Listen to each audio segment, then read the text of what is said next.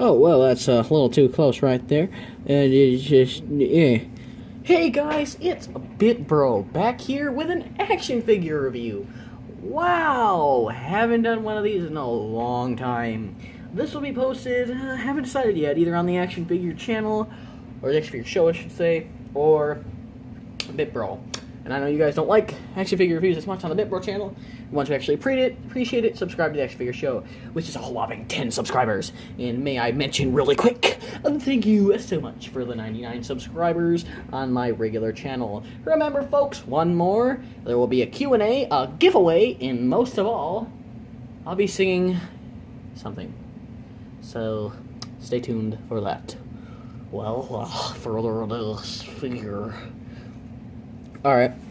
So, we have IG-88 right here from the Star Wars Black Series. I literally just received this about an hour ago. Yeah, I went to my local novelty shop, which just opened, and thank you, Fred. He's the guy who owns it there.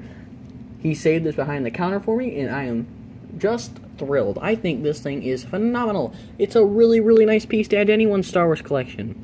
But it does have its defects. But we'll get to that. Well, without further ado, let's get into the... What do you want to start with? Accessories? Okay. Now, for accessories, he comes with this little axe thing, which he can't really hold, but it can be placed on his little backstrap right here.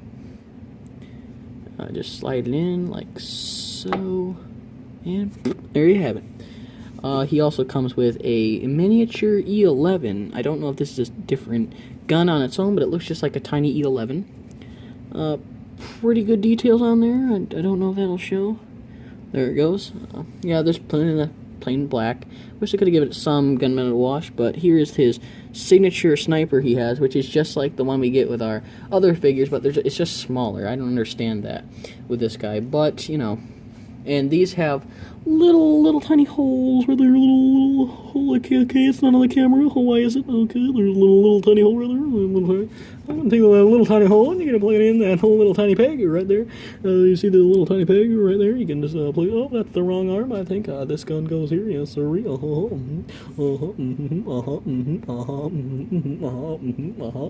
you go. He's all armed and ready to go. Now for articulation, this guy is minimal, very minimal.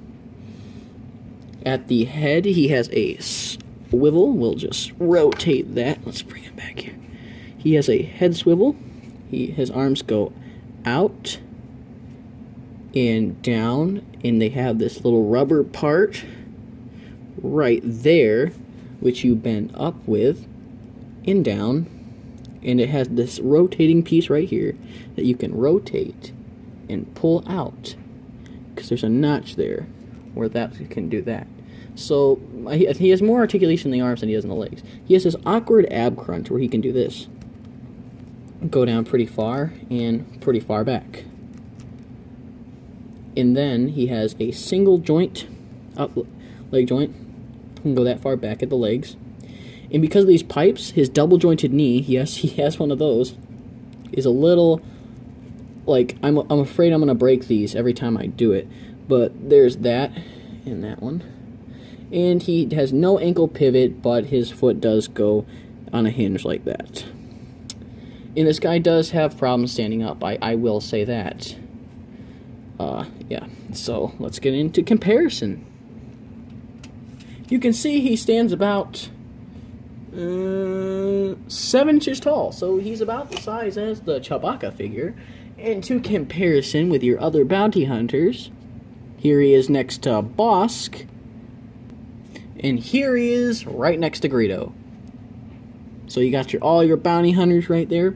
I do not own Boba Fett, sadly, but hopefully someday I will. Now, the details on this figure is actually where it really shines. Pun intended. It's all shy. Anywho, he has a lot of gunmetal. You can see that on the glare. Sorry for the glare, but he's got a lot of gunmetal, a lot of that copper wash. He's really something.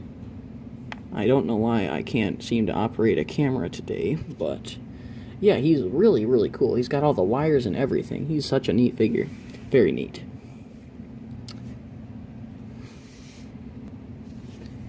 And one thing I wanted to mention is he can hold all of his guns on his little thing. If you want to, you can just have the pistol here, and then the little axe deal. Or if you didn't want the pistol, you could always put this in, the sniper. Fits like so, and it looks like that if he's standing up. Pretty neat. On the old Bit Bro scale of 1 to 10, this figure receives an 8. A solid 8. Why?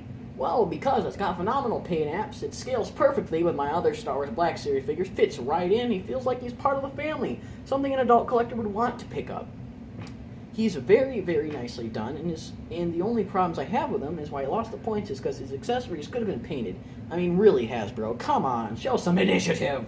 And then the other displease I have is the articulation, and how the wires feel like they might snap every time I double joint the knee and articulate it. So, that's my final thoughts on IG-88, the Star Wars 6-inch scale Black Series figure. I really hope you enjoyed this review, and be sure to stay tuned for more. I'm sorry I haven't been making too many videos. I really am sorry. As always, thank you for watching, and be sure to give the video a thumbs up and subscribe. Bye.